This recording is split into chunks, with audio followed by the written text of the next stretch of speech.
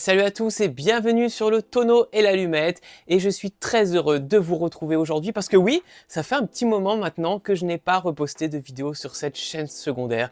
Et bien croyez-moi, vous m'avez manqué. Et oui, il faut bien avouer que ces derniers temps j'étais vraiment très occupé par plein de projets différents, mais en tout cas j'avais vraiment envie de vous faire cette vidéo d'aujourd'hui. Il faut dire aussi qu'avec Julien on a été pas mal occupé par l'opération Toy Drop, et je vous rappelle d'ailleurs que le projet est toujours en cours, que la récolte de jouets se fera jusqu'à cet été, et la cagnotte Litchi, si vous avez envie de nous aider à participer au voyage, eh bien elle restera ouverte jusqu'au départ. Et justement, en parlant du départ, on vous confirme qu'on fera bien le voyage cette année. Et les dates commencent à s'éclaircir, donc on reviendra bientôt à vous pour vous donner des nouvelles concrètes de ce projet qui avance vraiment bien. Donc je profite de cette vidéo pour vous remercier si vous avez participé à cette opération, ou même si vous avez tout simplement partagé, liké. Enfin, en tout cas, merci à tous pour votre soutien de près et de loin, et merci à ceux qui nous soutiendront encore. Bon, je vous le disais, la vidéo d'aujourd'hui, elle me tenait vraiment à cœur et ça fait un moment que j'avais envie de vous en parler.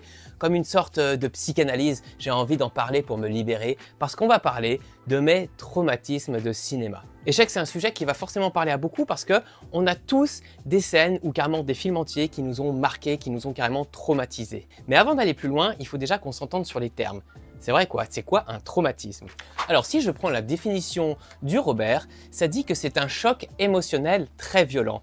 Et le mot émotionnel est très important, il faut bien le retenir, je vous expliquerai après pourquoi. C'est une émotion intense qui submerge son psychisme. Le cerveau n'a pas la capacité de traiter la scène ni de déclencher une réaction adaptée du fait de la soudaineté et du caractère inédit de l'événement.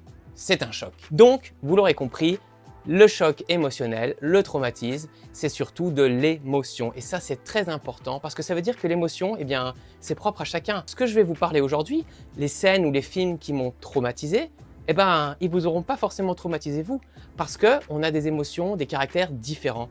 Et c'est très important d'avoir cette notion-là. De la même manière que vous avez peut-être été traumatisé, moi, je sais pas, par la mort de Mufasa, par exemple. Ça vous a traumatisé, bah moi, ça m'a complètement passé au-dessus. Ouais, bon, je rigole.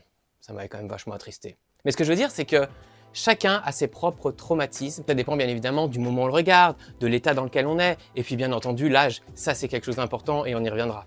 Bref, on va essayer de se faire une petite psychanalyse ensemble et on commence avec mon premier traumatisme. Et petit disclaimer, juste avant de rentrer dans le vif du sujet. Aujourd'hui, je vais donc vous parler de scènes ou de films que vous n'avez peut-être pas vus. Alors forcément, je le dis maintenant et je le dis une bonne fois pour toutes, alerte spoil. Si vous n'avez pas vu ces films, eh bien, passez votre chemin parce que forcément, je vais vous révéler des éléments clés. Voilà, c'est dit. Et ce trauma, c'est l'Histoire sans fin. Film de fantasy réalisé par Wolfgang Petersen et sorti en 1984. Vous avez sûrement tous connu et vu l'Histoire sans fin.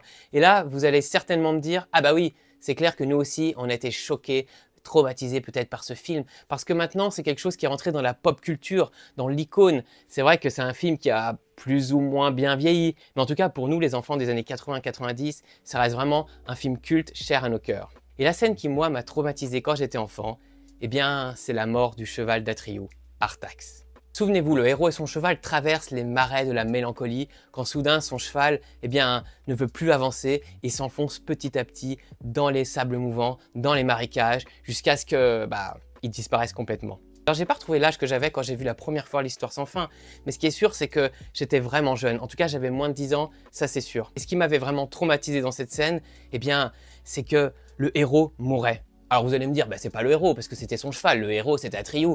Eh ben non, parce que pour le petit garçon que j'étais, Atreyu et son cheval, ils formaient qu'un. C'était vraiment le duo de héros, ils pouvaient pas se séparer, et encore moins mourir. Donc forcément quand je comprends que Artax est mort, j'ai été pour la première fois confronté à la mort d'un héros. Et ça m'a vraiment traumatisé. Pour moi, c'est un petit peu comme, je sais pas moi, si la voiture de Oui Oui, d'un coup, elle se fait arracher par un ennemi, et puis se fait compresser dans une casse, et puis à la fin, Oui Oui récupère juste une jante, quoi. Vous voyez? Ça aussi, ça aurait été traumatisant. Moi, c'était la même chose. Artax et Atreyu formaient qu'un, c'était la mort d'un héros. Et devenu un adulte mature et responsable, je me dis, allez Matt, il faut que tu revoies ce film, regarde cette scène, après tout, t'étais un enfant quand t'as vu ça. Et je l'ai regardé. Et ça a été encore pire. Ouais. Parce que forcément, je l'ai revu avec mes yeux d'adulte, et là j'ai compris la deuxième lecture, le sens caché de cette scène. Parce que, rappelez-vous, Artax, il sombre dans les marais de la mélancolie. Il sombre parce qu'il n'y croit plus, il n'a plus envie de vivre, il n'avance plus. Malgré que Atreyu essaye de le motiver comme il peut, le cheval, il s'enfonce jusqu'à disparaître. Et j'ai compris alors, avec mes yeux d'adulte, que cette scène, c'était l'allégorie de la dépression et de la perte d'un être cher. Le cheval n'a plus le goût à la vie, n'a plus l'envie de vivre. Il se laisse aller, il sombre dans la dépression, dans la mélancolie et disparaît complètement. Et lui, Atreyu, passe par plusieurs phases du deuil. D'abord, il essaye de motiver son cheval. Ah, je vois.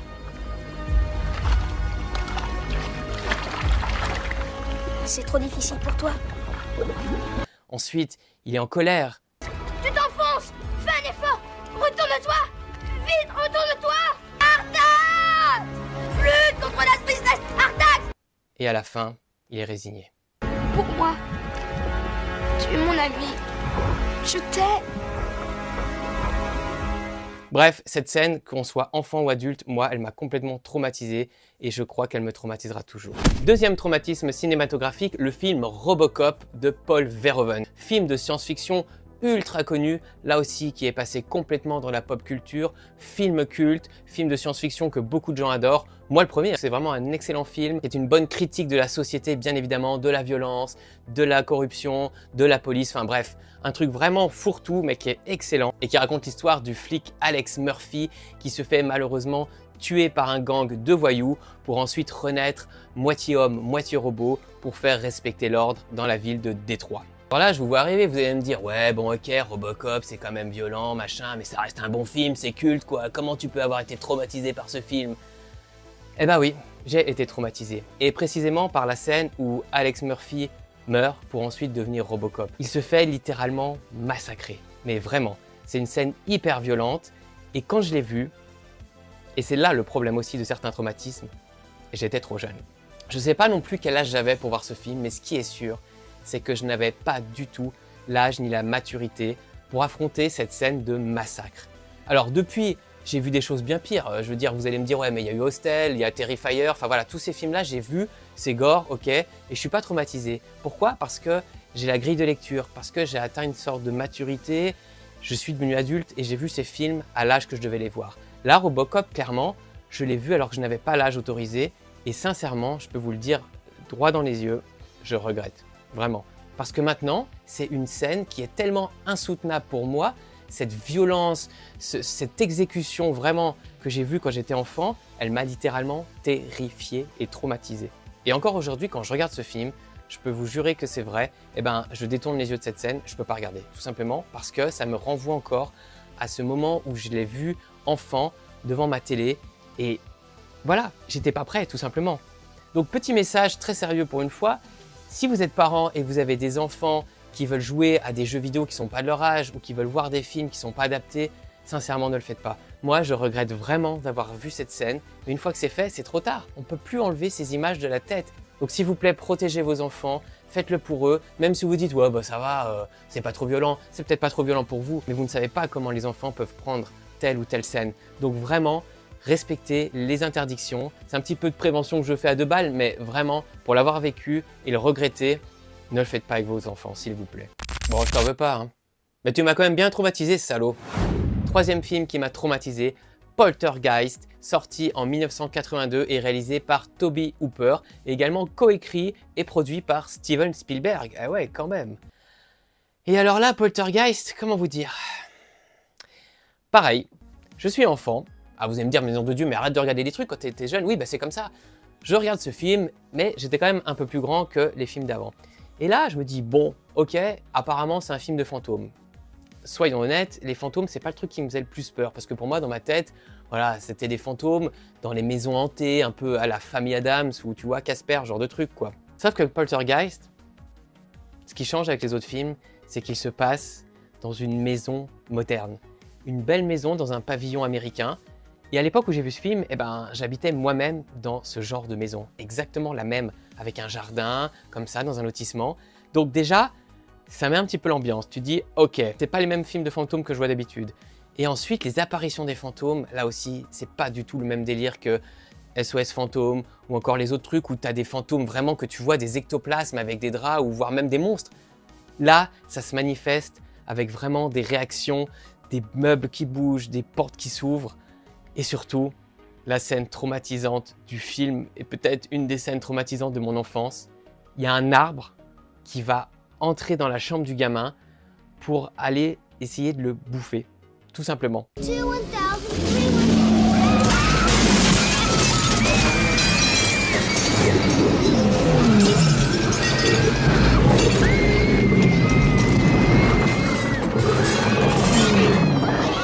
C'est une scène de dingue. Et juste avant, il y a une scène où le petit garçon a une poupée en forme de clown qui va aussi se mettre à bouger et à essayer de le tuer, quoi. Tu vois le truc? Mais sincèrement, la scène de l'arbre, j'étais pas prêt. Surtout qu'il faut vraiment revoir ce film. Alors, vous allez certainement me dire qu'il a mal vieilli. Mais quand je l'ai vu, c'était vraiment hard. Et bien sûr, devinez quoi? Dans ma chambre, il y avait quoi juste en face? Ouais, j'avais un arbre. Un énorme saule pleureur qui était en face de ma fenêtre de chambre.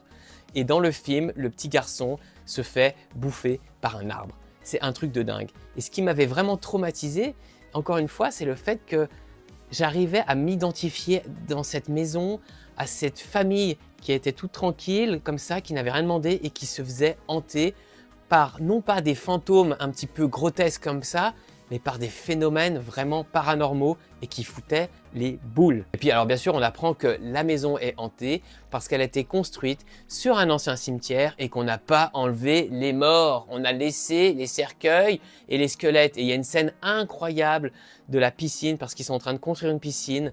Et là, on voit l'eau qui s'est remplie parce qu'il pleut. Et là, les squelettes qui ressortent dans l'eau parce que forcément, ils sont encore là. Les gens avaient juste enlevé les pierres tombales. Donc moi, toute mon enfance, je me suis dit, j'espère que ma maison n'a pas été construite sur un cimetière. Et croyez-moi, après avoir vu ce film, j'étais tellement traumatisé que chaque phénomène un peu bizarre, une porte qui se claque parce qu'il y avait un courant d'air, je pensais que c'était un poltergeist. Ouais. Donc on en vient encore à la moralité de se dire, attention aux films qu'on regarde quand on est plus jeune et surtout, est-ce qu'on a la capacité à analyser les scènes, à comprendre le film et surtout à se dire « Non mais c'est rien, c'est que du cinéma, j'y crois pas. » Ouais, mon cul, ouais. Et on arrive maintenant au dernier traumatisme. Et là, vous allez voir que c'est pas forcément parce qu'on est jeune et enfant qu'on peut être traumatisé par le cinéma, parce qu'on peut l'être également adulte. Et ce dernier trauma, c'est le film Saw, premier du nom, sorti en 2004. Pour ceux qui n'auraient pas vu le film, si on peut résumer rapidement, c'est une sorte de tueur qui décide de punir certaines personnes avec des jeux vraiment sadiques, hyper malsains, jusqu'à entraîner leur mort dans des atroces souffrances avec des tortures. Enfin voilà, c'est un film vraiment hyper violent, très gore, mais au moment où je l'ai vu, eh ben, j'avais une vingtaine d'années. Donc là, à ce moment-là, c'est pas ça qui m'a choqué. C'est-à-dire qu'effectivement, il y a du gore, il y a du sang. C'est pas du tout ces scènes de torture qui m'ont traumatisé. Ce qui m'a littéralement traumatisé et glacé le sang dans ce film, c'est la fin. Alors, il faut remettre un peu dans le contexte, parce que vous savez que maintenant, Saw, c'est devenu une sorte de franchise. Je crois qu'il y a 11 films. Enfin, voilà, c'est devenu du grand n'importe quoi. Et surtout, c'est parti dans la surenchère. Mais à l'époque du premier, c'est un film qui est sorti de nulle part. Il avait un budget d'à peine $1 million.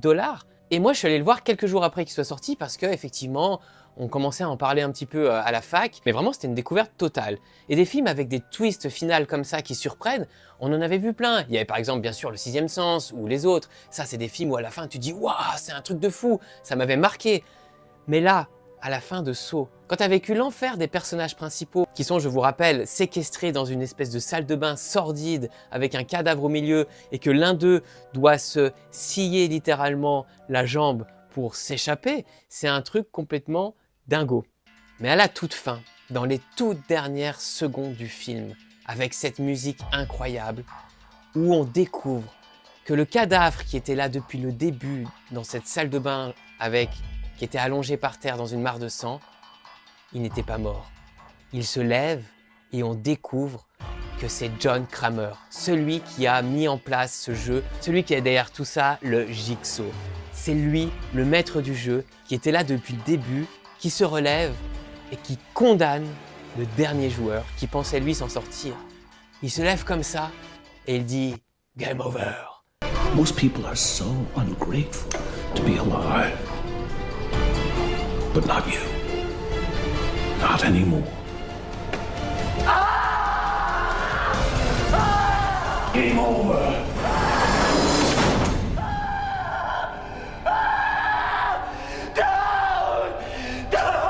Le protagoniste hurle et générique.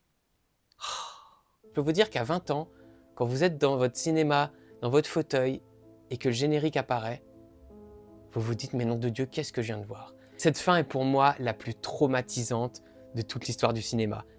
Elle m'a traumatisé parce que je peux vous garantir que des semaines après, mais j'en rêvais encore. Je repensais tout le temps à cette scène. Et même encore maintenant, je la connais par cœur parce qu'elle m'a tellement scotché. Mais vraiment, à aucun moment, on pouvait s'attendre à ça. Là, vous allez me dire, oui, mais c'était prévisible et tout. Il y a toujours des mecs qui découvrent tout, comme le sixième sens, tout ça. Mais là, je peux vous jurer, c'était impossible de penser que le mec qui était mort là, par terre, pouvait se relever et être en fait celui qui était derrière ce jeu. Et surtout, se barrer comme ça en condamnant le dernier joueur. C'est un truc de malade. Et même encore aujourd'hui, quand je vois ce film, j'attends juste une chose, c'est cette scène finale de quelques secondes, parce que je me dis, oh mon Dieu, j'ai tellement été traumatisé, rien que d'en parler, j'en ai des frissons là. Donc voilà, et pourtant, j'étais un adulte, enfin en tout cas, je commençais à être adulte. J'ai pas été traumatisé par le sang, mais par la violence de cette scène et surtout la surprise et le choc. Voilà les amis, c'était donc mes traumatismes cinématographiques. Et comme je l'ai dit en introduction, bien évidemment que peut-être que vous, ça ne vous aura pas du tout choqué. Et j'ai envie de dire, eh bien tant mieux. Mais à l'inverse, peut-être que vos traumatismes à vous m'auront rien fait. Eh bien justement, dites-moi dans les commentaires, vous, qu'est-ce qui vous a traumatisé quand vous étiez enfant ou même adulte, comme on a pu le voir juste maintenant avec So. Ça m'intéresse vraiment de savoir. Et ne me sortez pas la mort de Mufasa, s'il vous plaît. En même temps, si ça vous a traumatisé, eh bien, je respecte ça. Quant à moi, je vous dis à bientôt sur le tonneau et l'allumette. Et d'ici là, prenez soin de vous. Allez, ciao! Opération Toy Drop. Mais au fait, c'est quoi? C'est le projet un peu fou des deux youtubeurs Super Canard et Vintoys qui ont décidé d'apporter un peu de joie à des enfants qui en ont besoin. Parce qu'aucun enfant ne devrait grandir et vivre sans jouet, nous avons décidé de les aider. Pour cela, nous allons collecter des jouets auprès de nos abonnés et de toute personne qui voudra bien nous aider. Et ensuite, nous irons tout simplement livrer ces jouets en personne et en voiture jusqu'au Maroc à des enfants défavorisés. Un périple, ou plutôt une aventure de plus de 2500 km à travers la France, l'Espagne, puis le ferry pour rejoindre enfin le Maroc. C'est ici, dans ce magnifique pays, que nous irons aider les enfants les plus démunis. À travers les routes du désert, notre cargaison de jouets sera livrée et distribuée aux enfants qui en ont le plus besoin. Avec l'appui des associations locales marocaines, nous pourrons enfin apporter un peu de joie et de jeu à ces enfants qui en ont tant besoin. Parce que les jouets permettent de se construire un monde imaginaire et de s'évader du quotidien difficile, l'opération Toy Drop est importante et a besoin de vous pour réussir. Alors rejoignez-nous dans cette aventure et aidez-nous en offrant des jouets, ou tout simplement en parlant de cette opération autour de vous, en partageant nos vidéos et nos publications. Merci et rendez-vous au Maroc.